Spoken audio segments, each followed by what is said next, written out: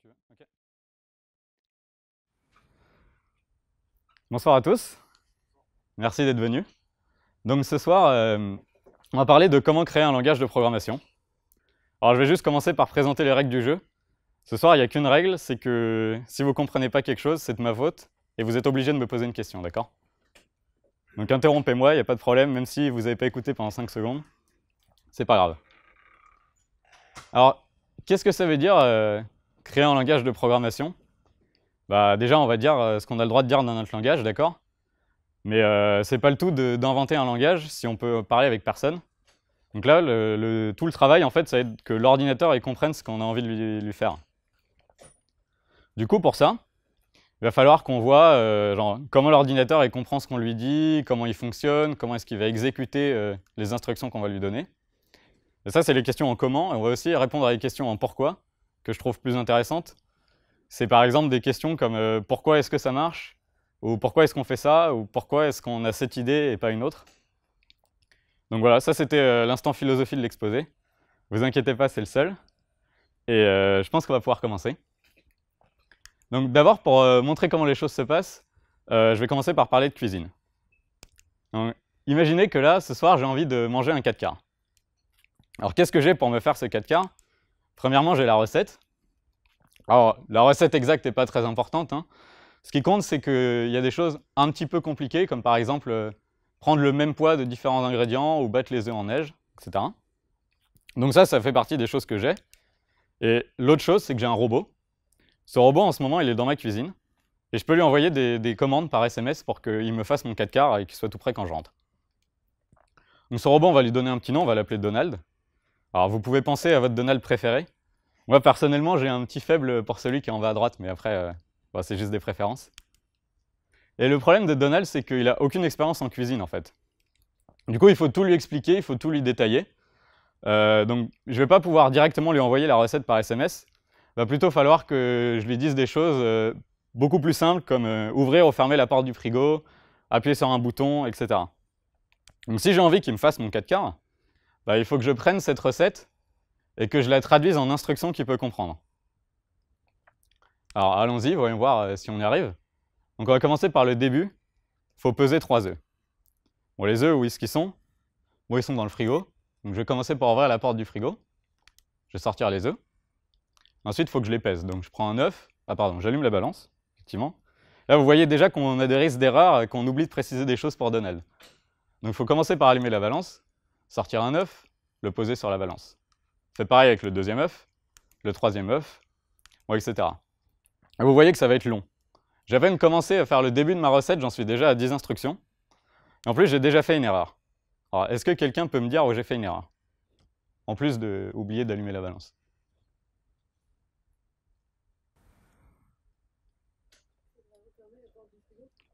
Exactement. J'ai oublié de fermer la porte du frigo. Alors, non seulement c'est pas très écologique et c'est pas génial pour les ingrédients qu'il y a dedans, en plus, plus tard, j'aurai besoin du beurre dans ma recette. Et j'aurais oublié que bah, j'avais pas fermé la porte du frigo. Donc je vais probablement commencer par demander à Donald de l'ouvrir. Mais là, il va planter parce que le frigo est déjà ouvert. Bref, ça va être super compliqué. Je vais me rendre compte en bas que j'avais fait une erreur alors que l'erreur était en haut. Bref, on n'a pas du tout envie de faire ça à la main. Ce serait beaucoup mieux si on avait un outil. On lui donne n'importe quelle recette et automatiquement, il nous produit toutes les instructions qui vont correspondre, d'accord? Et il y a d'autres avantages à automatiser. Imaginez là, j'ai traduit la recette du 4 quarts en instructions, d'accord? Donc ça a été un processus très long et douloureux qui est symbolisé par cette flèche un peu tordue. Si demain j'ai envie de manger une tarte, il faut que je recommence exactement la même chose. Et avec les mêmes risques d'erreur, d'oublier de fermer la porte du frigo, etc. Un poulet rôti, pareil. Ce serait beaucoup mieux si on avait notre outil qui faisait tout d'un coup. Enfin, pour n'importe quelle recette, il nous donne les instructions. Alors bien sûr, il va falloir faire cet outil. Ça va être un peu plus compliqué que simplement traduire à la main. Parce que cet outil, on veut qu'il marche sur n'importe quelle recette.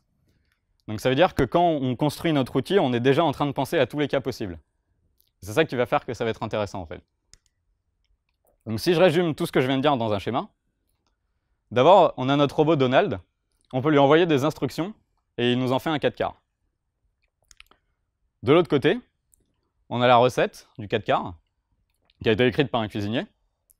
Et ce qu'il faut faire, c'est faire un outil qui traduit la recette en instruction. Maintenant, si je retourne dans le monde magique de l'informatique, notre 4 quarts, c'est quoi? C'est un programme. Par exemple, là, un filtre Snapchat. Alors pourquoi on aura envie que ça ce soit un programme? Ben, il y a plus de 2 milliards de snaps qui sont échangés tous les jours. C'est assez impressionnant. Vous n'avez pas du tout envie de demander à un graphiste de faire ça pour chaque image, parce que ça lui prend beaucoup trop de temps. Donc c'est pour ça qu'on le fait exécuter par l'ordinateur. L'ordinateur, en fait, bah, les instructions qu'il va comprendre, on va appeler ça l'assembleur, et c'est des instructions de base. Des trucs aussi simples que de faire des additions et des multiplications. Alors, on peut se demander pourquoi l'ordinateur il comprend que des instructions simples. En fait, un ordinateur, c'est compliqué à faire. Il faut prendre des fils électriques, il faut les brancher ensemble, il faut en mettre beaucoup. Et en plus, ça coûte cher. Donc si votre ordinateur il comprend que des instructions simples, ça vous coûte moins cher et c'est plus simple. Et si on arrive à faire tout ce qu'on veut avec des instructions simples, bah, on est content. D'accord? Et de l'autre côté, on a un programmeur qui a écrit du code dans un langage de programmation. Donc ça, c'est voilà, la programmation. Le programmeur, il n'a pas envie d'écrire directement en assembleur. C'est ce que vous avez vu dans l'exemple tout à l'heure, j'ai oublié de fermer la porte du frigo. Nous, on a envie d'écrire la recette, tout simplement. Et donc, pour que ça marche, parce qu'il faut quand même que le code qu'on écrit, j'écris pas mon journal intime, j'écris un programme que j'ai envie qu'il soit exécuté. Donc pour ça, il faut le donner à l'ordinateur. Donc il faut faire cette étape intermédiaire, que j'ai appelé notre outil tout à l'heure, qui en fait s'appelle la compilation, qui consiste à traduire notre recette, donc notre langage de programmation, en instruction, c'est-à-dire en assembleur. Alors pourquoi j'ai mis cette image? C'est la couverture d'un livre qui est sorti en 86. Vous avez vu, j'ai bossé pour l'exposer quand même. Et j'aime bien cette image parce que notre prof de compilation, il y a 2 ans, qui a fait un très bon cours, nous a montré cette image. En fait, qu'est-ce que c'est le dragon? C'est le problème d'écrire un compilateur. C'est ce qu'on va essayer de faire ce soir. Donc c'est un problème compliqué. Et le chevalier, c'est vous. Et là, le but de l'exposé de ce soir, c'est de vous donner les armes pour que vous aussi, vous puissiez tuer le dragon. Donc voilà, ce schéma est super important. Donc si vous avez des questions là-dessus, n'hésitez pas, c'est le moment. Ouais. Alors l'assembleur, c'est une suite d'instructions que notre ordinateur comprend. Alors pour l'instant, je suis resté assez peu précis là-dessus. On va revenir, mais c'est vraiment les opérations de base. Donc c'est l'équivalent de ouvrir, fermer la porte du frigo, mais pour l'ordinateur. On va revenir tout à l'heure ce que c'est exactement. OK. Donc nous, je rappelle, ce qu'on veut faire, c'est créer un langage de programmation. Donc ça veut dire, on veut dire ce qu'il y a là, qu'est-ce que notre programmeur il a le droit d'écrire. Mais c'est pas tout, il faut qu'on puisse l'exécuter. Et c'est vraiment ça qui va nous demander du travail. C'est-à-dire ensuite, on va s'occuper de la compilation. Donc la compilation, j'ai dit, on traduit en assembleur. Ouais, comme tu as posé la question tout à l'heure, j'ai pas du tout dit ce que c'était l'assembleur. Alors dans la vraie vie, l'assembleur, on ne le choisit pas. Hein. On regarde le manuel de son ordinateur, ça fait 5000 pages. Il y a 1 millier d'instructions, on s'amuse beaucoup. Donc on va pas faire ça ce soir. Ce que je vais plutôt faire, c'est construire l'assembleur avec vous. Déjà parce que c'est plus simple. Et ensuite, comme ça, on comprendra bien pourquoi on a telles instructions et pas d'autres et d'où elles viennent. Une fois qu'on aura fait ces 2 étapes, on aura nos suites d'instructions et on regardera comment on l'exécute pour arriver à exécuter le programme qui a été écrit au début. Donc allons-y pour spécifier notre langage et notre assembleur. Alors qu'est-ce que ça va être notre langage? Je propose qu'on commence par la chose la plus simple possible. Vous allez voir que ça va déjà pas mal nous occuper. C'est simplement de faire des calculs. Après tout, les ordinateurs, au début, c'était juste des grosses calculatrices. Puis on va aussi demander d'afficher le résultat, sinon ça ne sert pas à grand-chose. Donc à quoi ça ressemble, ça? Par exemple, ça ressemble à afficher 3 plus 2 fois 6 plus 12. Mais ça pourrait être n'importe quel calcul. Ça pourrait être un truc beaucoup plus compliqué, comme ce truc que j'ai même pas envie de lire. Et ça, là, vous commencez à voir que c'est utile de faire des programmes qui permettent de faire ça, parce que ça, vous n'avez pas du tout envie de le calculer à la main. Ça va vous prendre 10 fois plus de temps que de demander à l'ordinateur de le faire. En plus, vous risquez de vous tromper. Un autre cas où c'est utile, c'est si par exemple j'ai un capteur qui me donne la température qu'il fait en ce moment, et j'ai envie de l'afficher en Kelvin. Bon, me demandez pas pourquoi, bon, c'est plutôt un truc de physicien. Mais comment on fait ça? On rajoute 273 à la température. Le truc, c'est que la température, je la connais pas. Mon programme, peut-être que je vais l'exécuter dans 10 ans. Je suis bien incapable de vous dire quelle température il fera dans 10 ans. Du coup, qu'est-ce qu'on doit faire? On doit faire le calcul à l'ordinateur. Et ça veut dire quoi? Ça veut dire lui détailler, lui expliquer, en termes d'instructions, ce qu'il va devoir faire. Ok, donc il y a plein de programmes. Donc maintenant, la question c'est quoi notre assembleur? Alors pour ça, je propose qu'on parte de ce petit exemple-là, et qu'on essaye d'imaginer à quoi ça pourrait ressembler des instructions qui réalisent ce programme. Et puis une fois qu'on aura des instructions avec lesquelles on est content, bah, ça fera notre assembleur.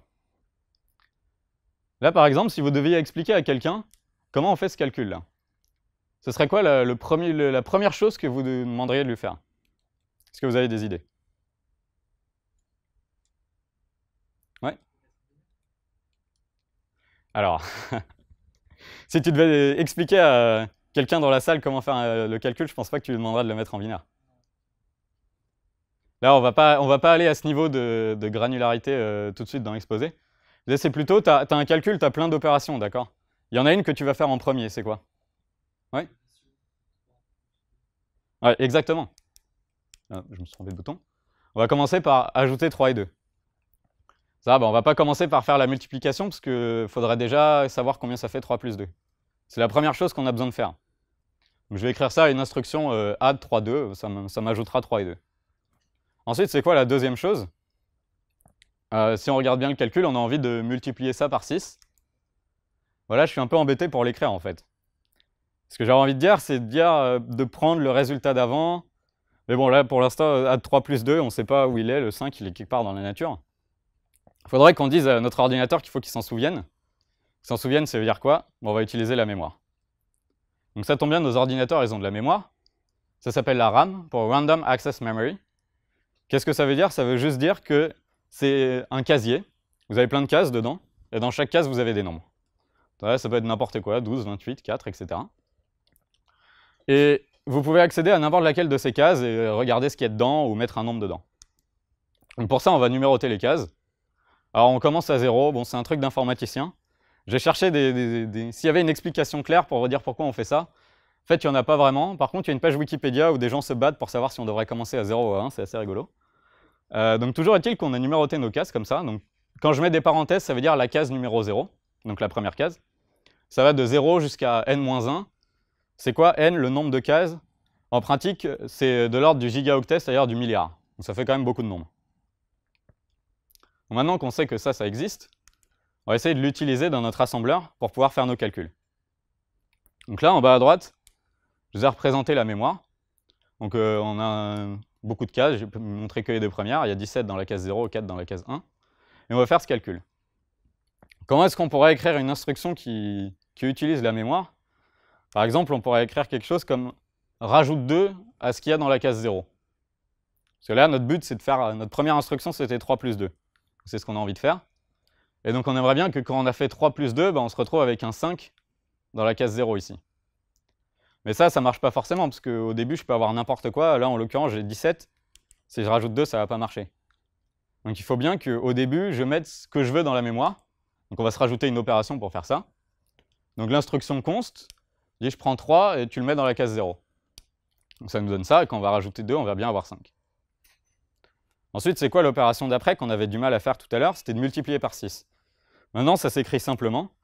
Je multiplie par 6 ce qu'il y avait dans la case 0. Ça me fait 30. Il nous reste quoi? Il nous reste à rajouter 12. Et enfin, il nous reste à afficher.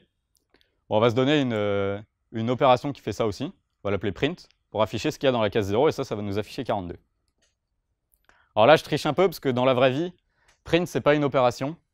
On y reviendra plus tard, mais comme c'est pas ce qui est intéressant ici, on va faire comme si ça existait, d'accord? Donc, en fait, on pourrait très bien prendre cet assembleur, mais il se trouve qu'il n'est pas très rapide. Et nous, on n'a pas envie d'attendre longtemps que les calculs se fassent. Alors par contre, qu'est-ce que ça veut dire que c'est rapide? Comment est-ce qu'on fait pour le rendre plus rapide? Ça, c'est pas très clair. Du coup, je propose de regarder un peu plus ce qui se passe dans un ordinateur pour comprendre ce qui va être rapide et ce qui ne va pas être rapide.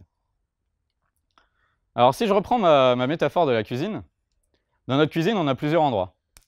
Pour mettre des ingrédients, on a par exemple le frigo, on a le placard, on a le plan de travail. Et tous ces endroits, ils ne servent pas aux mêmes choses. C'est-à-dire que dans le frigo et dans le placard, vous avez plein de place. Sur le plan de travail, vous en avez un peu moins. Mais si vous voulez mélanger des ingrédients, vous n'allez pas faire ça dans le frigo. C'est quand même plus pratique de faire ça sur le plan de travail. Comment ça se traduit, ça, dans l'ordinateur? Donc, le frigo, on pourrait dire que, par exemple, c'est l'assembleur. Donc, les ingrédients, en fait, ça va être nos nombres. Et on a plusieurs endroits pour mettre ces nombres. Donc là, le frigo, ça va représenter notre assembleur. Donc l'assembleur, c'est les instructions que j'envoie à Donald par SMS. Donc quand je dis 42, c'est dans mes instructions, c'est écrit 42, d'accord? C'est un nombre que je sais maintenant. Dans l'exemple d'avant, c'était par exemple 3 et 2, je sais que je vais additionner 3 et 2. Et le placard, on pourrait dire que c'est la RAM.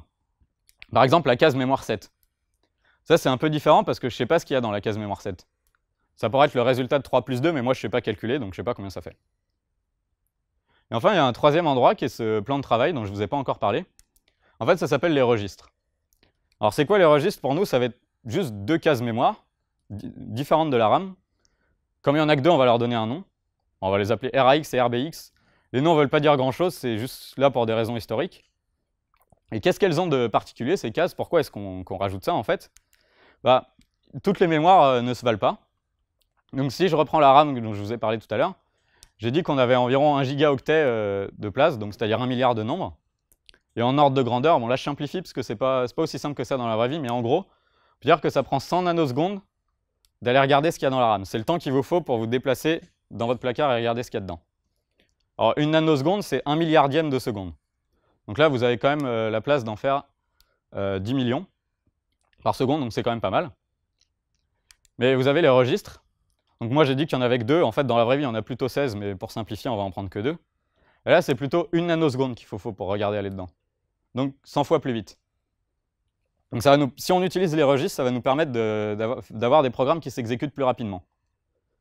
Alors vous pouvez peut-être vous demander pourquoi on ne met pas 1 giga de registre et on n'aura jamais besoin de RAM. En fait, il se trouve que les registres, c'est de la mémoire rapide, mais la mémoire rapide, ça coûte plus cher à faire, tout simplement. Donc vous ne pouvez pas en mettre beaucoup. Et vous voulez quand même pouvoir stocker plein de nombres dans votre ordinateur, donc vous complétez avec de la RAM.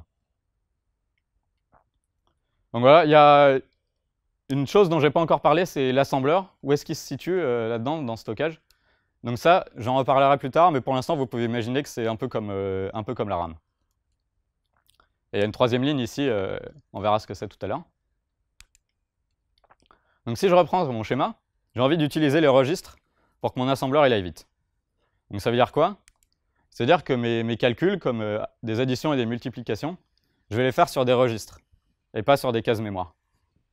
Ce qui va me permettre d'aller plus vite sans... Sinon, ça veut dire en fait que sans cesse, je dois aller prendre des ingrédients dans mon placard, les mélanger sur mon plan de travail, les remettre dans le placard. En fait, j'en ai encore besoin, donc je vais les chercher. Bref, c'est pas très efficace. Quand vous faites la cuisine, vous allez chercher tous vos ingrédients d'un coup, vous faites tout ce qu'il faut sur le plan de travail, et ensuite vous rangez. Donc c'est ce qu'on va faire. Alors ok, on peut faire des calculs sur les registres, mais il nous manque quand même des opérations pour échanger les nombres des différents endroits. Donc, par exemple, on a const. Comme tout à l'heure, c'est quand je vais ajouter 3 et 2. 3 et 2, c'est des constantes. Donc je vais les mettre dans mes registres, ensuite je vais pouvoir les additionner ensemble. Et si on veut dialoguer avec la mémoire, on va avoir deux opérations qu'on va appeler store et load pour déplacer un truc tout simplement du plan de travail au placard et inversement. Donc si je reprends mon exemple, ça c'est ce que j'avais écrit tout à l'heure. Donc si maintenant on veut rendre ça plus rapide, la première étape c'est d'utiliser les registres. Pouf! Je remplace simplement la case mémoire 0 par le registre RAX. Et là, ça va déjà 100 fois plus vite. C'est quand même pas mal. Et l'autre chose, c'est qu'on a dit que les constantes, on les mettait d'abord dans des registres. Bon, pourquoi on fait ça? En fait, ça va rien changer. Mais simplement, ça va être plus clair pour nous, parce qu'on va mieux comprendre ce qui se passe. En fait, quand j'ajoute 2, je suis en train de demander à Donald d'aller chercher 2 dans le frigo et de l'ajouter à RAX. Donc on va l'écrire directement. C'est-à-dire, on met 2 dans un registre, et ensuite on additionne les deux registres ensemble. On va faire la même chose pour le 6 et la même chose pour le 12. Donc voilà. Ça va être notre assembleur.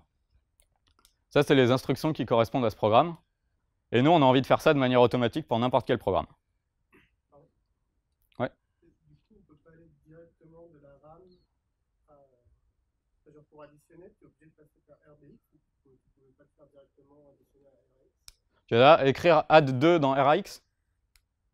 Ouais, si je veux, j'ai le droit de faire ça. C'est simplement, je préfère expliciter parce que je trouve ça plus clair, parce qu'on comprend mieux ce qui se passe vraiment en fait. Je pourrais très bien écrire 2 additionne RAX, mais c'est équivalent en fait. Donc voilà, je rappelle, ça c'est notre langage, on peut faire des calculs. Et ça c'est nos instructions, alors on a des registres partout. Ça peut être RAX, ça peut être RBX. Voilà, donc maintenant, on veut passer de ça à une suite de ça. D'autres questions sur cette partie? OK. Donc allons-y pour la compilation. Donc je vais transformer ce programme-là en une suite d'instructions. Alors la première chose, c'est que là, mon code, il est écrit sur un fichier, il est dans mon disque dur. Et c'est quoi ce fichier pour mon ordinateur? Bah, c'est juste une liste de lettres en fait. D'abord la lettre A, puis après il y a la lettre F, puis la lettre F, etc. Il y a des espaces au milieu, 12 il l'a séparé en 1 et 2. On sent qu'on ne va pas aller très loin avec ça. C'est pas vraiment quelque chose qui va être pratique à manipuler. Ça ne correspond pas du tout à ce que je voulais dire quand j'ai écrit afficher 3 plus 2 fois 6 plus 12.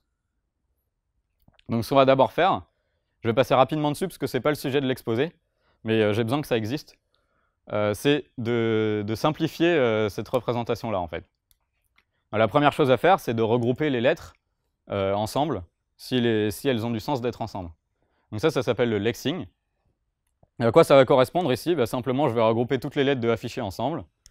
Je vais enlever les espaces parce qu'ils ne servent à rien. Je vais regrouper le 1 et le 2 ensemble pour me faire 12. Voilà, ça nous donne des mots. Bon, en fait, on appelle ça des tokens, mais vous pouvez imaginer que c'est des mots. Maintenant, j'ai une liste de mots. Et il y a la deuxième phase qui va se passer qui s'appelle le parsing, qui consiste à regrouper ces mots ensemble quand ça fait du sens. C'est-à-dire, ce plus-là, par exemple, on sent bien qu'il se rapporte aux 3 et aux 2 qui sont à côté. Ou cette multiplication, elle se rapporte à quoi? Elle se rapporte au 6 et à tout ce groupe-là, parce qu'il y a des parenthèses autour. Donc le parsing, c'est ça. Si là, je regarde ma liste de tokens, de mots, qu'est-ce que je vois? A priori, je vois que je commence par afficher, une parenthèse, un truc, et puis une fin de parenthèse. Donc je vais dire que c'est ça. Après, c'est quoi ces 3 petits points? Si je regarde un peu plus précisément, c'est quelque chose plus 12. C'est quoi ce quelque chose? C'est truc fois 6. Et c'est quoi ce truc? C'est 3 plus 2. Donc là, encore une fois, je ne vous dis pas comment on fait ça, mais on va avoir besoin que ça existe pour la suite. Qu'est-ce que ça nous donne, en fait, toute cette phase, lexing plus parsing? Ça nous donne ce truc, qui est en fait un arbre. Alors, vous ne voyez peut-être pas, c'est normal, il a la tête en bas. Là, affiché, ça va être notre racine. On a un tronc qui part de notre racine, qui se subdivise en branches au niveau des nœuds. Et puis en vert, là, on a les feuilles qui sont nos nombres qu'on va utiliser pour notre calcul. Et ça, on voit que c'est beaucoup plus pratique qu'une suite de lettres. Parce que là, on voit tout de suite ce qu'on veut faire. On veut afficher quoi? On veut afficher un calcul. Ce calcul, c'est une addition de 12 et d'un autre calcul, etc. Voilà, résumé sur le lexing et le parsing. Vous avez une séquence de lettres. Vous les regroupez ensemble, ça vous donne une séquence de mots ou tokens. Vous faites ce qu'on appelle le parsing et vous organisez tous ces mots en arbres, qu'on appelle arbre de syntaxe abstraite. Mais finalement, tout ça, ça ne nous intéresse pas. Nous, on va juste supposer qu'on a un arbre. Et c'est ça qu'on veut transformer en instruction assembleur. Mais bon, c'est bien gentil, mais ça ne me dit toujours pas comment je fais pour n'importe quel arbre. Du coup, on va faire le bon vieux truc de la méthode scientifique. On va regarder sur un exemple et on va essayer de généraliser. Donc ça, c'est l'exemple que j'ai fait dans l'introduction. Et ça, c'est l'arbre qui correspond. On va essayer de voir si on ne peut pas faire des correspondances, établir des règles qui vont nous permettre de généraliser.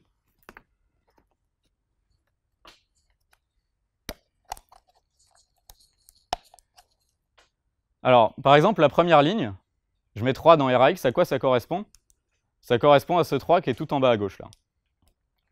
La deuxième ligne, bah, le 2, c'est facile, il est là. Et l'addition, voilà, on peut peut-être se tromper, mais bon, on sent bien que ça va être celle-là. Donc je peux résumer tout ça par un bloc.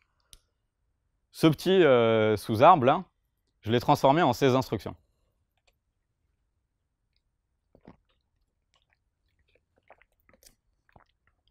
Ensuite, on peut regarder ce qu'on a fait. On a pris le 6 qui vient d'ici, on les a multipliés, ça nous fait une plus grosse boîte.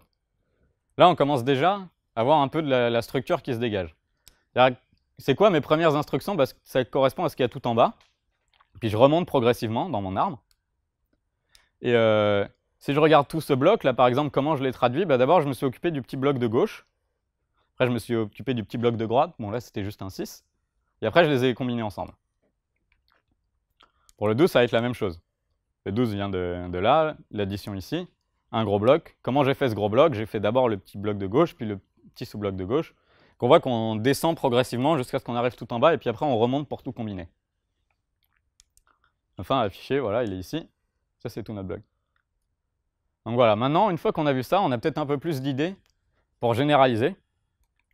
Donc ce qu'on va faire, c'est que, en gros, dans notre arbre, il peut se passer 3 trucs. Il peut soit y avoir des nombres, soit il y a des opérations, addition, multiplication, c'est la même chose, entre des sous-calculs, soit il y a affiché un calcul. Et pour chaque cas, on va dire à quelles instructions ça correspond, si on voulait faire le calcul. Donc si je regarde dans mon exemple, qu'est-ce que j'ai fait? Quelle instruction j'ai mis en comparaison avec mes nombres, 2, 3, 6? Bah, j'ai utilisé const pour les mettre dans un registre. Des fois c'était RAX, des fois c'était RBX. Bon, je sais pas trop, on verra ça plus tard. Quand c'était un calcul, par exemple C1 plus C2, qu'est-ce que j'ai fait? D'abord, j'ai dit je me suis occupé du petit bloc de gauche, donc le C1. Donc ça m'a produit des instructions qui correspondent à calculer C1 et à le mettre dans RAX. Alors comment je fais ces instructions? Bah, si C1 c'était juste un nombre, bah, c'est facile, je sais qu'il faut faire ça. Puis si c'était une addition, bah, comment je fais? Il faut que je fasse lui-même son bloc de gauche, etc. J'ai juste à suivre les règles. Une fois que j'ai fait C1, bah, j'ai fait C2. Je l'ai mis dans un autre registre, donc RBX, pas trop le choix. Et ensuite, une fois que j'avais fait ça, bah, j'avais juste à les additionner ensemble. Dernier cas, qu'est-ce que c'est? Afficher. Si je veux afficher un calcul, bah, la première étape, c'est de faire le calcul. Le résultat, c'est retrouvé dans RAX, puis j'affiche RAX.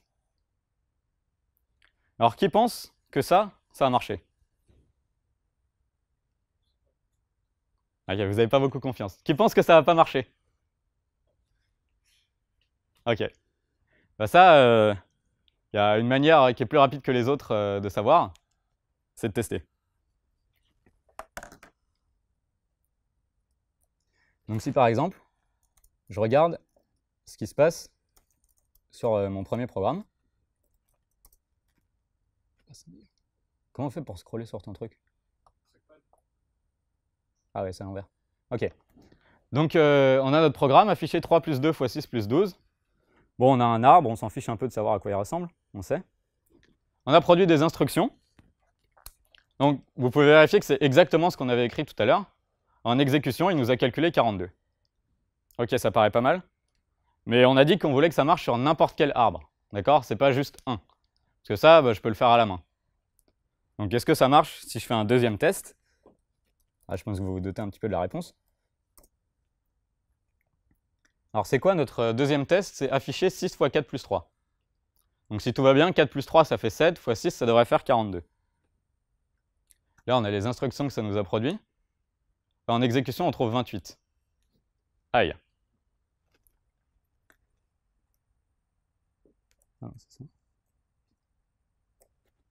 Donc ben, c'est pas grave, mais on va essayer de comprendre pourquoi.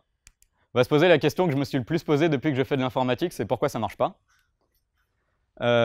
Donc voilà notre programme, 6 fois 4 plus 3, voilà notre arbre. Et ce que je propose, c'est que je vais dérouler la méthode petit à petit pour produire des instructions d'assembleur qui correspondent à ça. Et si vous pensez avoir trouvé pourquoi les instructions que je vais écrire, ça ne fait pas 42 mais 28, vous m'arrêtez. D'accord? Donc allons-y. On a notre arbre, on veut le transformer en instruction. Notre arbre, c'est quoi? C'est afficher un calcul. Nos règles, elles nous disent, fais d'abord le calcul dans RAX. Donc ok? C'est quoi ce calcul? C'est une multiplication. Nos règles, elles nous disent, tu fais la branche de gauche, tu la mets dans C1, dans RAX. La branche de gauche, bah, c'est juste un nombre, donc là c'est facile. On a juste à utiliser const, on écrit 6 dans RAX. On est revenu à la multiplication. Oui? Oui, alors c'est vrai qu'on pourrait commencer par faire 4 plus 3. On va y revenir. Mais pour l'instant, je suis les règles. Là, pour l'instant, il n'y a pas encore... Comment ça se fait qu'il n'y a pas d'instruction là?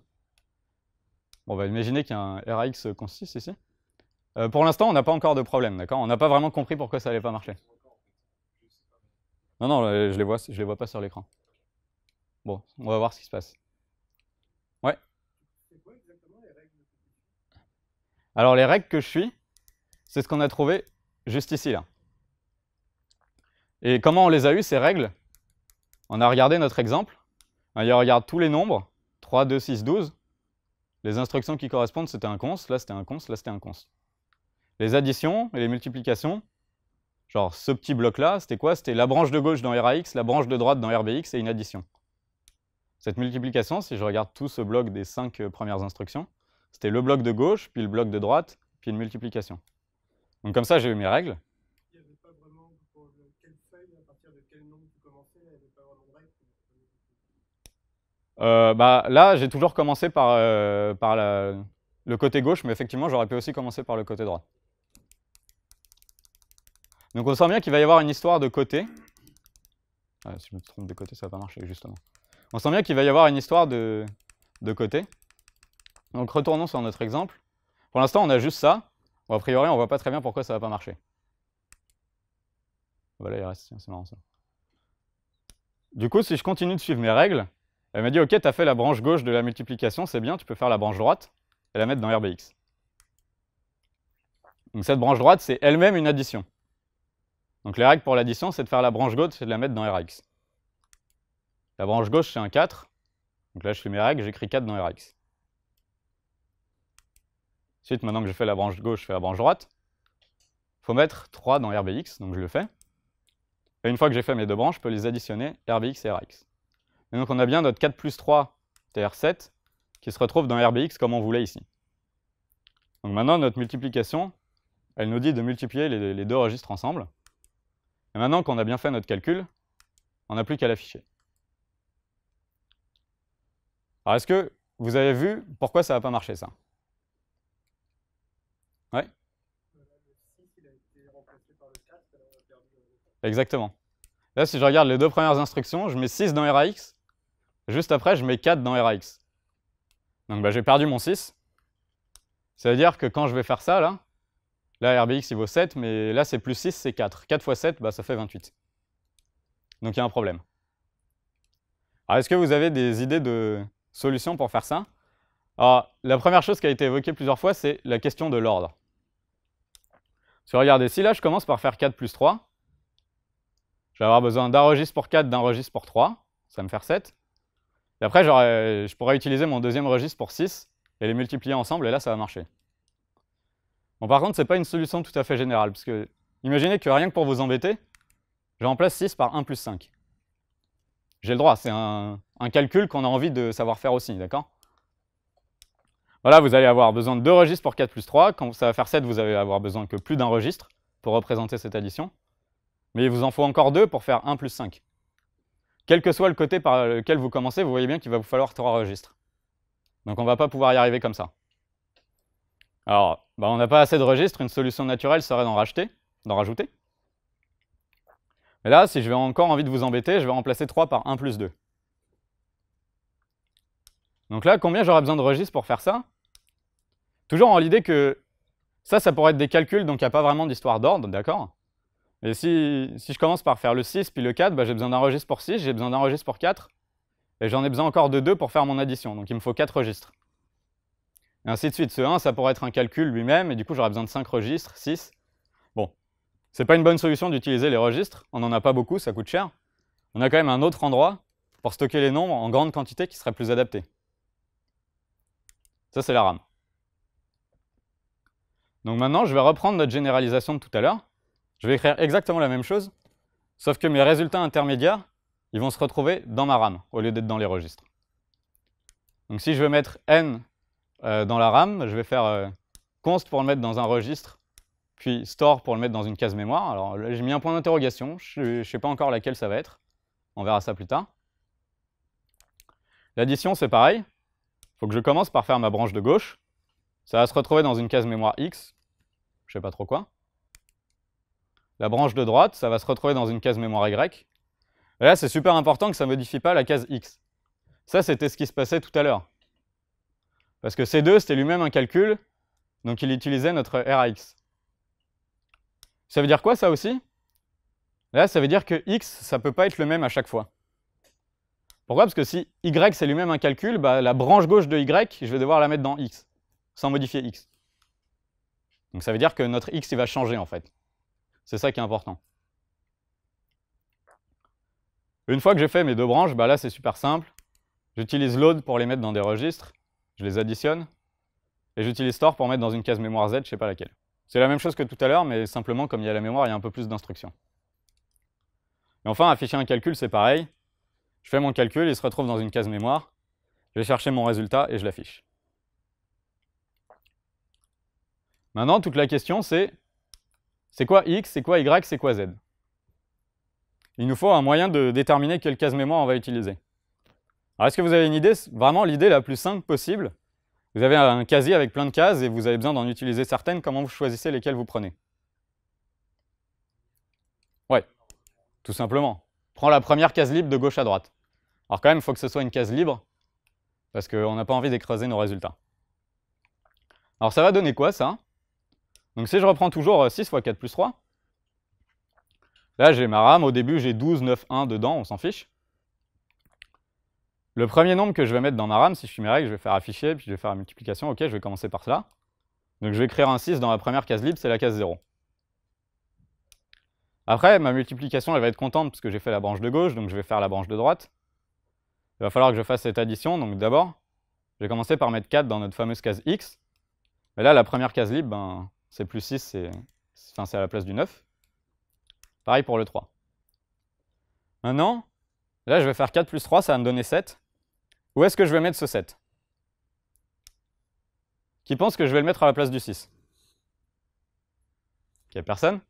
À la place du 4? Ouais. Alors pourquoi à la place du 4?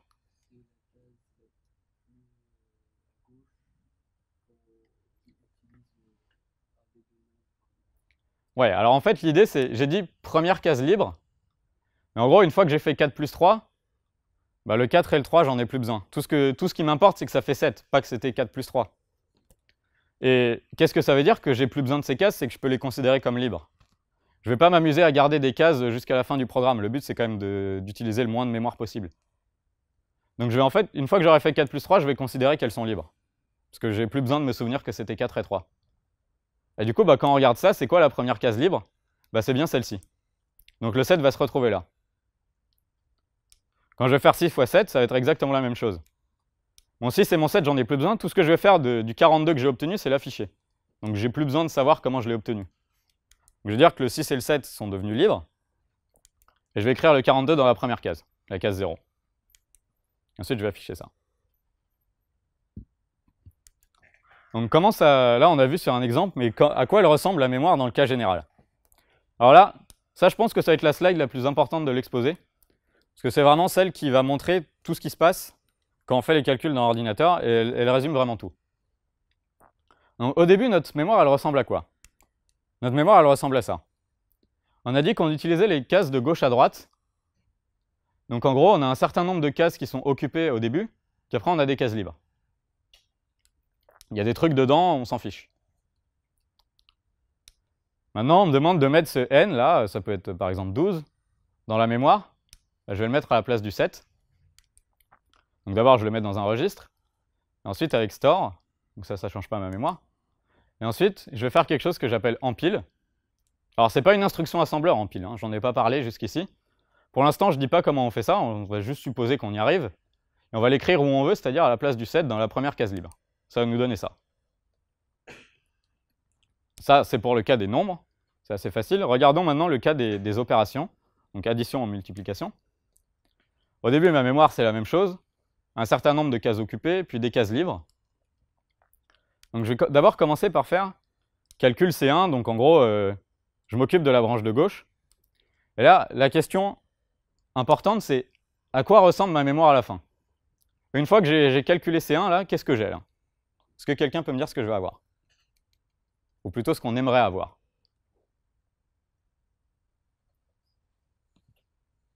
Alors déjà, on peut découper le problème. Ces premiers 3 petits points là qui représentent des cases occupées. Est-ce qu'on a envie qu'elles changent? Non, on ne veut pas. Ça, c'est des résultats intermédiaires qui vont nous servir pour plus tard, donc il ne faut surtout pas y toucher. C'est l'erreur qu'on avait faite tout à l'heure. Ensuite, la question qu'on peut se poser, c'est calcul C1. Qu'est-ce que ça va faire? Bah, mon C1, le résultat de C1, il va se retrouver quelque part dans cette mémoire. La question, c'est où? Bon, on a dit qu'on utilisait la première case libre. Donc c'est quoi la première case libre? Bah, c'est celle-là. C'est le 1. Du coup, notre C1 il va se retrouver ici. Alors peut-être que pour calculer C1, il a eu besoin d'autres cases. Et dans ce cas-là, il les a utilisées à droite. Donc là, peut-être que le 4, il l'a changé en 9, mais ça ne nous intéresse pas. Tout ce qui compte, c'est qu'en fait, on a rajouté une case occupée qui contient C1. Ça, c'est le passage important de l'exposé. J'y reviendrai tout à l'heure. OK. Ensuite, on fait C2. C'est exactement la même chose. Ça va nous rajouter le résultat de C2 ici dans la première case libre. Ensuite, bah, si j'ai fait tout ça, c'est pour additionner mes résultats ensemble. Donc je vais aller les chercher avec une opération que je vais appeler dépile. Donc c'est la même chose qu'en pile, je ne dis pas comment on fait ça pour l'instant, on regardera tout à l'heure. Donc ça veut dire que je vais les mettre dans des registres pour les additionner. Et là, ce qui est super important, c'est que je ne les mets plus en orange, donc je ne les considère plus comme des cases occupées. C'est la remarque que j'ai dit tout à l'heure, c'est j'ai plus besoin de C1 et C2 maintenant que je les ai additionnés. Donc je vais les considérer comme libres pour utiliser le moins de cases mémoire possible. Donc comme ça, je vais récupérer mon C1 et mon C2 dans RAX et RBX. Je vais les additionner ensemble. Ça ne va pas me changer ma mémoire. Et enfin, il faut que j'écrive le résultat dans ma mémoire. Donc là, c'est comme tout à l'heure, avec cette fameuse opération en pile, qui va me rajouter un C, du coup, ici. Là, il y a vraiment tout le bilan de ce qui se passe dans la mémoire pendant qu'on fait des calculs. Et là, vous pouvez vérifier que quand vous faites un calcul, si vous regardez comment elle évolue, votre mémoire, du début à la fin, au début, vous avez des cases occupées puis des cases libres. À la fin, vous avez les mêmes cases occupées. Et vous avez juste rajouté une case occupée avec le résultat du calcul. Donc c'est bien ce qu'on avait ici. Si j'avais dit que quand je calculais C1, il se retrouvait dans la première case. Bah regardez, quand je calcule C, il se retrouve dans la première case libre. Là, c'est important de se convaincre que ça va pas marcher, que ça va bien marcher, pardon. Donc si vous avez des questions, c'est le moment là-dessus. OK. Donc ça, ouais, ça va bien marcher. Et il nous reste une question, c'est comment est-ce qu'on fait en pile, comment est-ce qu'on fait des piles? Donc pour ça, on va utiliser ce qu'on appelle la pile. Donc on appelle ça la pile. Encore une fois, elle est un peu de travers, un peu comme notre arbre, elle va de gauche à droite. En fait, pourquoi on appelle ça une pile? J'ai appelé ça empile et dépile. Ce qu'on fait dessus, en fait, c'est comme si j'avais une pile d'assiettes devant moi. Quand j'empile, je pose une nouvelle assiette sur le haut de ma pile avec un nombre écrit dessus. Et quand je dépile, je regarde l'assiette du haut. C'est ça qu'on fait. Du coup, la question, c'est quoi les instructions assembleurs? Parce que je ne vous ai pas donné de empile et de dépile qui vont correspondre à ça. Ouais. Ouais, exactement. En fait, là, j'ai jamais regardé ce qu'il y avait dans ces cases-là. J'ai regardé ce qu'il y avait toujours dans la dernière case. Ça, enfin, je pourrais regarder, mais j'en ai pas besoin. C'est juste une remarque qui nous simplifie la vie. C'est pour ça qu'on appelle ça dépiler, c'est parce que ça se passe sur le dessus. Donc la question, c'est comment on fait ça? Donc là, imaginez que j'ai ma pile dans ma RAM. Donc en fait, ça veut dire quoi? J'ai des cases occupées qui sont le plus à gauche. La dernière case occupée, c'est un 12. La première case libre, c'est un 4. Imaginez que je vous dis, j'ai 9 dans mon registre RAX et j'ai envie de le rajouter sur ma pile. C'est quoi les instructions qui correspondent à ça? Que quelqu'un voit ce qu'il faudrait écrire là.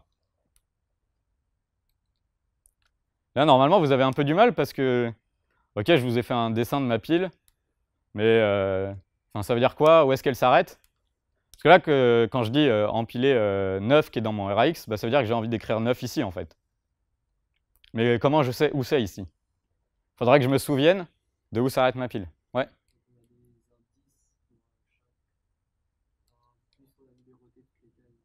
Ouais. Ouais, on a un numéro, cette case, elle a un numéro, d'accord? Et on a la case 0, la case 1, bidule, là ça va être la case, je sais pas, 12, ça sera la case 13. On va écrire dans la case 13. Donc il faut se souvenir que notre pile, elle s'arrête à la case 13. Se souvenir, ça veut dire quoi? Ça veut dire qu'on a besoin de la mémoire. Et là, c'est même un truc qu'on va utiliser tellement souvent qu'on va lui créer un registre rien que pour lui. On va l'appeler RSP. Alors SP pour Stack Pointer, qui veut dire pointeur de pile. Ça veut dire qu'il va nous... Là, en fait, si ça, c'est la case 13, RSP, il y a juste 13 dedans. Et je symbolise ça par une petite flèche qui nous pointe la première case libre. Donc maintenant qu'on a ça, c'est assez facile de rajouter une assiette dans ma pile. J'ai juste à faire, j'écris ce qu'il y a dans RAX, je l'écris où? Dans la case dont le numéro m'est donné par RSP, d'accord? Et ça va me donner ça. Et ça fait empiler. Qui pense que... Oui? Exactement, oui. Là, imaginez si je fais juste ça, et maintenant je vous dis, j'ai envie de rajouter une nouvelle assiette avec 6 dessus. Bah 6, vous allez l'écrire à la place du 9, parce que RSP, il vous dit que c'est la première case libre. Ça va pas marcher. Et là, c'est parce qu'on vous a menti. Et RSP, on a dit que c'était la première case libre, mais là, c'est plus vrai. Maintenant, la première case libre, c'est la case qui se trouve à droite. C'est-à-dire quoi? À droite, c'est la case suivante dans notre grand casier qui est la RAM. Du coup, on va juste rajouter 1 pour le décaler.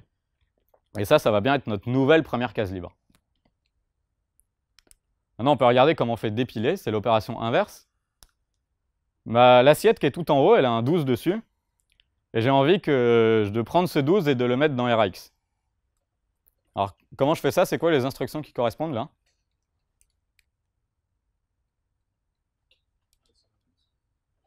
Ouais, il faut faire l'inverse. Alors l'inverse, ça veut dire quoi? Ça veut dire qu'il faut aussi changer l'ordre. Par exemple, le matin, je m'habille, puis je sors de chez moi, et le soir, je rentre chez moi, puis je me déshabille. Donc l'inverse de rajouter 1, c'est quoi? C'est enlever 1. Donc maintenant, RSP, il va nous montrer cette case-là, c'est bien la case qu'on veut lire. Et l'inverse de écrire, bah, c'est lire. Donc on lit ce qu'il y a dans RSP, on met dans RX. Et là, on a bien fini, parce que 12, maintenant qu'on l'a lu, c'est comme si on l'avait enlevé de la pile. Donc maintenant, c'est devenu une case libre. Et donc RSP, il nous montre bien la première case libre. On est content. Là, on a tout ce qu'il faut pour transformer n'importe quel arbre en suite d'instructions assembleur. Alors, on peut regarder si ça va marcher. Du coup, si je reprends notre petit programme, donc 6 fois 4 plus 3, là, on peut voir qu'on a beaucoup d'instructions assembleurs.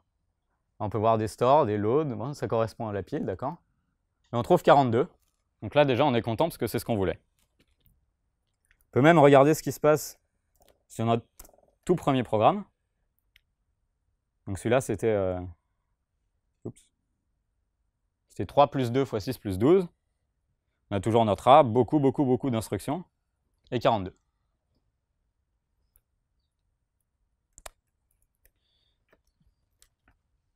Super.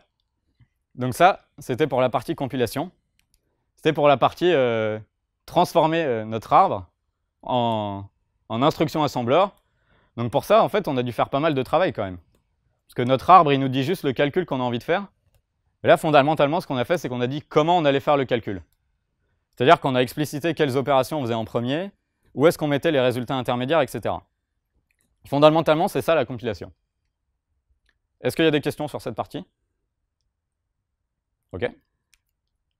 Donc maintenant, il nous reste à voir l'exécution. C'est-à-dire, j'ai ma suite d'instructions assembleurs, c'est bien beau, mais ça ne me fait toujours pas mes calculs à ma place. Donc comment on fait ça? Alors je pense, plutôt que d'essayer de regarder comment on exécute une suite d'instructions, on peut plutôt regarder comment on exécute une seule instruction. Même l'instruction la plus simple, genre, je pense que c'est const. C'est juste, je prends un nombre, par exemple 42, et je l'écris dans un registre, par exemple, RX. Alors comment on pourrait faire ça? Moi, ce que je vois, c'est que déjà, on aura envie de décoder ça en 3 composants différents. Const, RX42, puis ensuite, on a juste à écrire 42 dans le registre RX. Bon, alors ça, c'est super abstrait, d'accord? Je vous ai rien dit, là. J'ai écrit des flèches, j'ai écrit des blocs. Bon, on ne sait pas trop ce que ça veut dire. Alors, j'aimerais bien rentrer un peu plus dans les détails, mais malheureusement, ça va vite ressembler à ça. Voilà, on parlerait de fil électrique, de potentiel, de transistor. Bref, on ferait de la physique et personne n'a envie de faire ça. Donc, je suis obligé de laisser ça comme une grosse boîte noire, d'accord? Qui va faire nos calculs à notre place. Et ce qui est intéressant, c'est que le fait de le laisser comme une boîte noire, en fait, ça veut dire que là, dans votre ordinateur ou dans votre smartphone, c'est des circuits électriques, d'accord? Il y a des câbles, il y a des trucs. Mais en fait, on pourrait faire autre chose qui fait les calculs à notre place. Par exemple, ça pourrait être des plantes carnivores. Alors, je vous encourage à aller voir la conférence de David Nakash à ce sujet, qui est prof d'info à l'ENS, qui parle de systèmes de calcul alternatifs, et en particulier, comment est-ce qu'on pourrait faire des calculs avec des plantes carnivores. C'est une conférence de 20 minutes qui est accessible à tout le monde. Il y a beaucoup de blagues, c'est presque un sketch. C'est très agréable à écouter. Donc je vous encourage à aller voir si ça vous intéresse. Comment est-ce qu'on pourrait utiliser autre chose?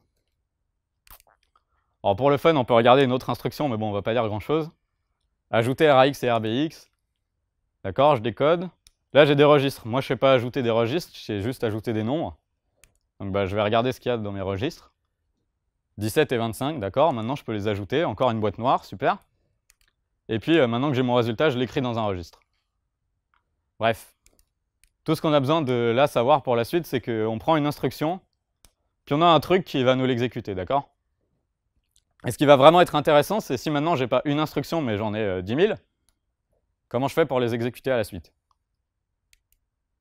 Alors la première idée, c'est que là, je pourrais avoir une autre boîte noire qui me sort chaque instruction dans l'ordre. Oups. Puis je me dis, d'accord, j'exécute la première. Après, j'exécute la deuxième. Après, j'exécute la troisième. Ainsi de suite. Alors, qui pense que comme ça pourrait marcher? Ok, je crois que je vous ai commencé à habituer. Qui pense que ça pourrait pas marcher? Ouais, alors pourquoi? Ouais, parce que j'ai posé la question. En fait, c'est surtout parce que là, on va avoir besoin d'un bloc exécute par instruction. Et ça, si vous avez 1 million d'instructions, il vous faut 1 million de blocs exécute. Peut-être qu'un bloc, c'est un circuit électrique, quoi. Ouais, c'est ce que j'ai dit. Enfin, ça pourrait être des plantes carnivores, mais en pratique, ça rentrait pas là-dedans. Donc là, c'est plein de circuits électriques. Puis là, il faudrait les dupliquer 1 million de fois. Clairement, ça, c'est pas terrible comme solution, quoi. Ce qui serait beaucoup mieux, c'est je demande c'est quoi l'instruction en cours, puis je l'exécute, puis voilà, quoi, avec un seul bloc. Alors la question, c'est comment je sais quelle est l'instruction en cours? Il faudra que j'ai quelqu'un qui me dise que là, par exemple, j'en suis à l'instruction 0, donc la première, puis je pourrais exécuter l'instruction numéro 0. Puis après, il faudra que je passe à l'instruction 1. Alors d'où il vient, ce 0, en fait, qui va être le numéro de notre instruction? Il faut qu'on se souvienne de où on en est, en fait. Donc comme à chaque fois que j'ai dit qu'il fallait se souvenir de quelque chose, ça veut dire qu'on va utiliser la mémoire. Et là, encore une fois, c'est où on en est dans notre programme. C'est quelque chose dont on va servir super souvent. Donc on va lui mettre un registre aussi. Celui-là, on va l'appeler RIP. IP pour Instruction Pointer, qui veut dire pointeur d'instruction. C'est-à-dire si RIP vaut 0, ça veut dire que vous en êtes à la première instruction. S'il vaut 1, ça veut dire que vous en êtes à la deuxième, etc. Et il va nous dire où on en est. On va exécuter l'instruction qui correspond.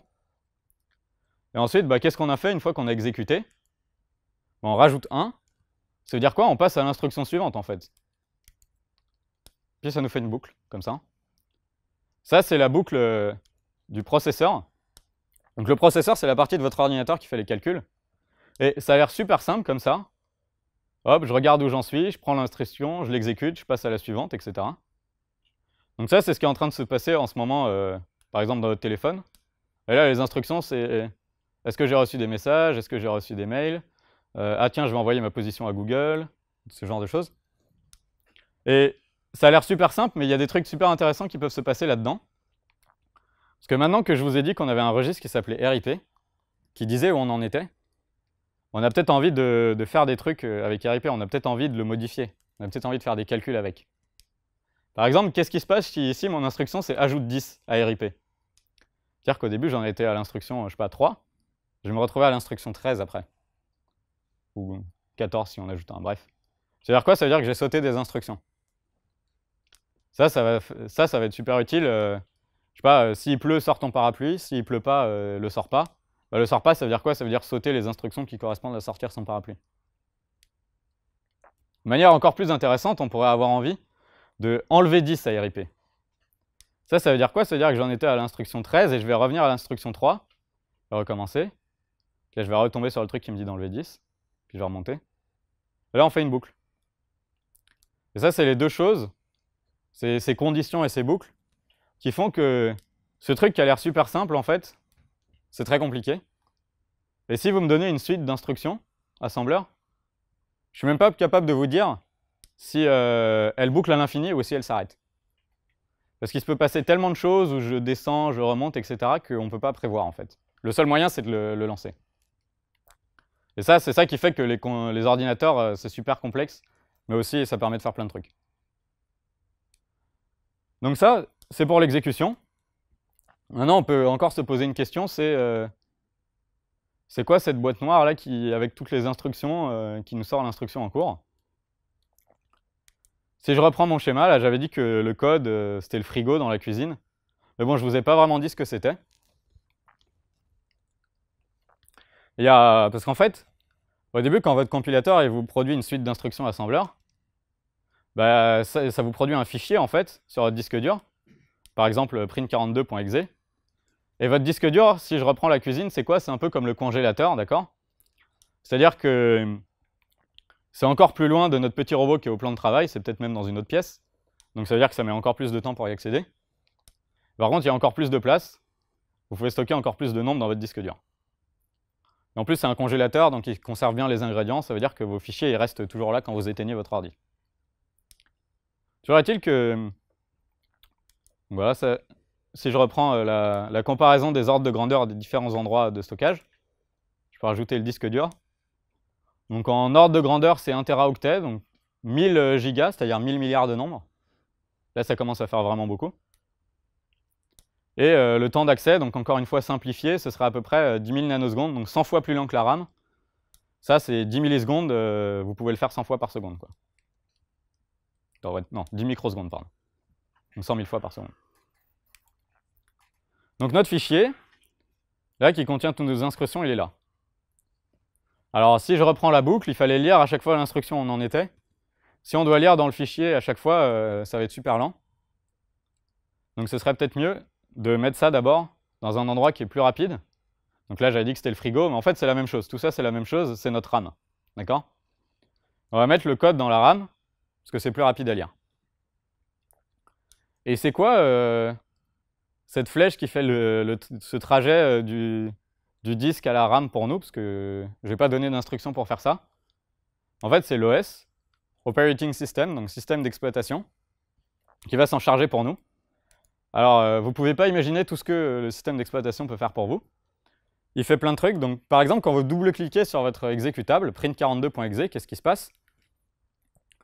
Votre système d'exploitation, donc Windows, Mac, Linux, il va aller chercher dans le fichier, il va lire toutes les instructions qu'il y a écrites dans print42.exe. Il va vous les copier dans la RAM. Ensuite, il va prendre RIP, notre petit pointeur d'instruction, et il va le faire pointer au début du code qu'il a écrit dans la mémoire. C'est-à-dire qu'automatiquement, vous allez vous mettre à exécuter le code qu'il y avait sur le disque. Mais il fait aussi plein d'autres trucs pour nous. Par exemple, en général, sur votre ordinateur, vous n'avez pas qu'un seul programme qui tourne en même temps, vous en avez plein. Et là, dans la boucle que j'ai montrée tout à l'heure, il n'y avait pas vraiment de la place pour plusieurs programmes, d'accord? Si j'écris un programme qui fait une boucle, bah, ça boucle à l'infini, on n'en sort jamais, on ne donne jamais du temps aux autres programmes. Ça, c'est votre système d'exploitation qui s'en charge pour vous. Un autre truc qui est encore plus pratique, c'est que j'ai dit que notre RAM, c'était un grand casier avec des cases qui vont de 0 à n-1. Donc vous en avez 1 milliard. Mais ce milliard de cases, il y a tous les programmes qui se les partagent en même temps, d'accord? Et ça pourrait poser plein de problèmes. Parce que quand j'ai dit que la pile... ah bah c'est simple, il suffit de prendre la case à droite quand je rajoute une assiette. Bah, peut-être que la case qui est juste à droite, en fait, elle est en train d'être utilisée par Chrome, qui vous prend toute votre mémoire. Et là, ce serait vraiment un bordel monstre de savoir si la case est utilisée par un autre programme ou pas. Il y aurait plein de plantages tout le temps. Et ça, encore une fois, c'est votre système d'exploitation qui se charge pour vous de vous mettre tout seul dans votre mémoire. Ouais. Donc on pourrait avoir plusieurs RSC pour éviter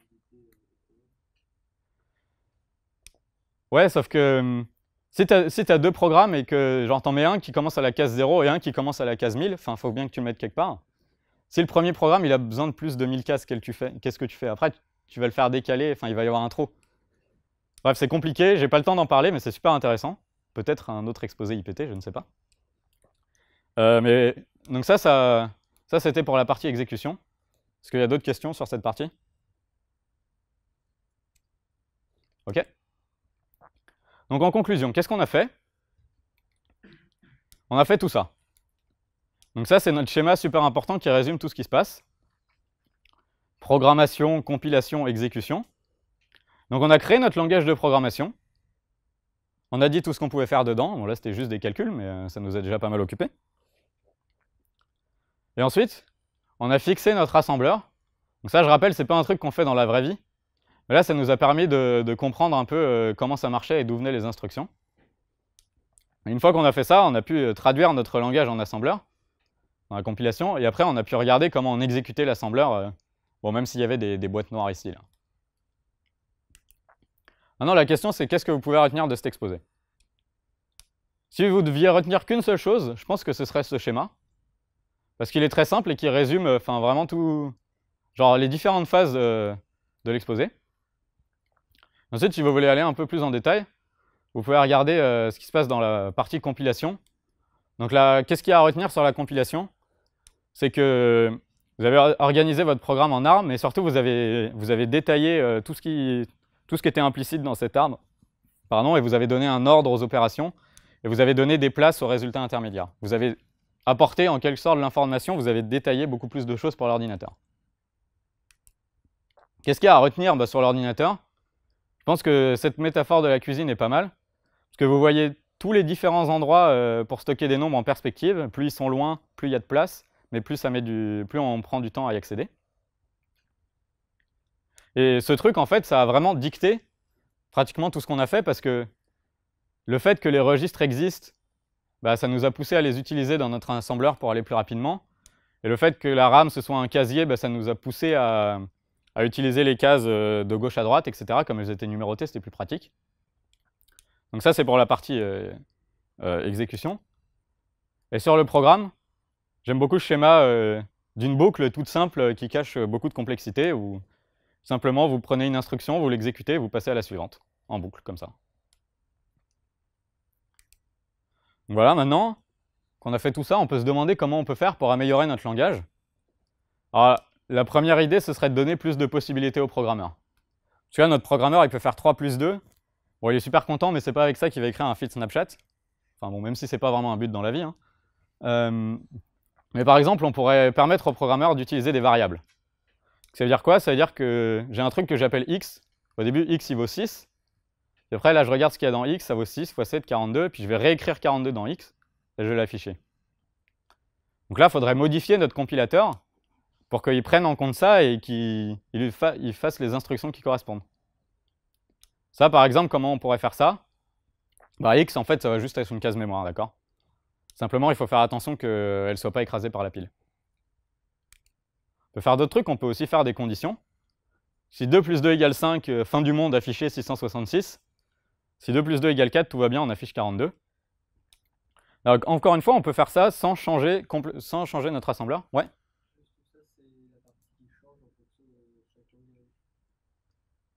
Là, c'est si tu as envie, en fait, tu veux rajouter des choses dans ton langage. Tu veux qu'on puisse utiliser plus de choses. Parce que pour l'instant, on pouvait juste faire afficher un calcul, mais peut-être que tu as envie que les gens ils fassent des conditions. Donc ça veut dire que notre arbre, ça va plus être le même. Donc ça veut dire que notre compilateur, il va pas marcher.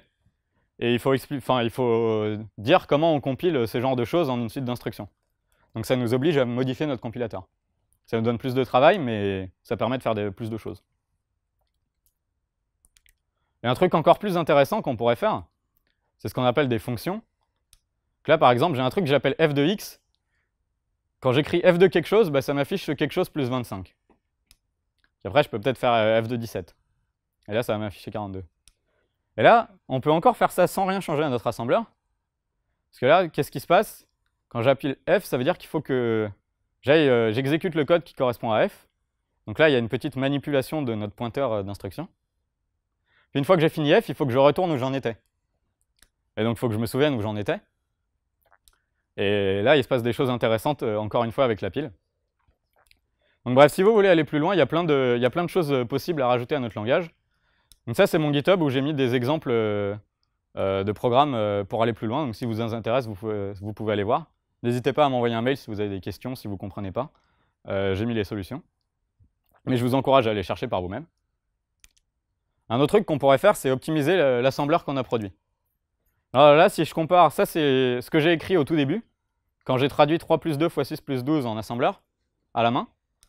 Et ça, c'est ce que mon assembleur il a produit avec 3 petits points. Là, il y a 50 instructions alors qu'avant, il y en avait 8. En plus, j'utilise la mémoire alors que là, je ne l'utilisais même pas, donc ça allait plus vite et tout. Donc la question c'est, est-ce que sans rien changer à notre langage, on change juste notre compilateur pour qu'il se rende compte qu'il est en train de faire des choses débiles et qu'il enlève des instructions qui servent à rien. Par exemple, un exemple typique d'instruction qui servent à rien, c'est je rajoute une assiette avec écrit 2, puis après j'enlève l'assiette. Là, j'ai rien fait. Mais pourtant, c'est ce qui se produit dans ces 50 instructions, si vous allez voir. Donc on peut se demander si on ne peut pas faire mieux que ça. Enfin, un troisième truc à faire, c'est d'empêcher le programmeur de faire des erreurs, parce que, croyez-moi, il va en faire plein. Par exemple, si vous rajoutez une division à votre programme, quelqu'un de mal intentionné, enfin un peu bête surtout, pourrait avoir envie d'écrire x égale 0, et puis je fais 1 sur x. Bon, ça, c'est une division par 0, c'est très mal, c'est interdit. Et ça va faire planter votre ordi. Mais là, on pourrait s'en rendre compte qu'on est en train de faire quelque chose de débile. Et la question, c'est est-ce que le compilateur, il pourrait pas aussi vérifier que genre, ça n'a aucun sens. Alors bien sûr, là, c'est un cas simple, hein, mais x, ça pourrait être le résultat d'un calcul très compliqué, et il faut se demander si ce calcul très compliqué vaut 0 ou pas. Bref, tout ça, ces trois choses-là, c'est des... En fait, c'est des sujets de recherche ouverts en informatique, où il y a des gens qui sont en ce moment en train de se demander comment on peut faire des meilleurs langages de programmation, des meilleurs compilateurs, comment on peut vérifier les erreurs, etc. Vérifier qu'il n'y a pas d'erreur. Merci beaucoup pour votre attention. Je voudrais juste remercier Lucas et Vadim, parce que cet exposé leur doit beaucoup. Vous n'avez aucune idée de à quoi ressemblerait l'exposé s'ils n'avaient pas été là, mais croyez-moi que vous n'avez pas envie de savoir. Et merci beaucoup pour votre attention. Si vous avez des questions, n'hésitez pas.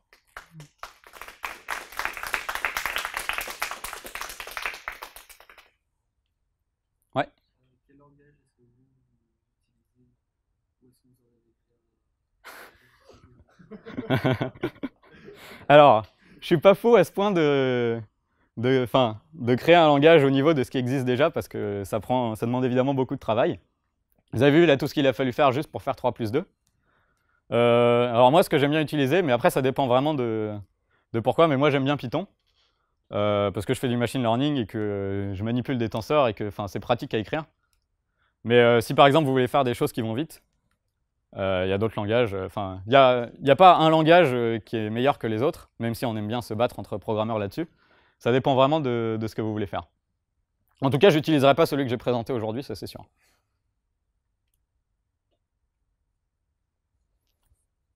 Une autre question?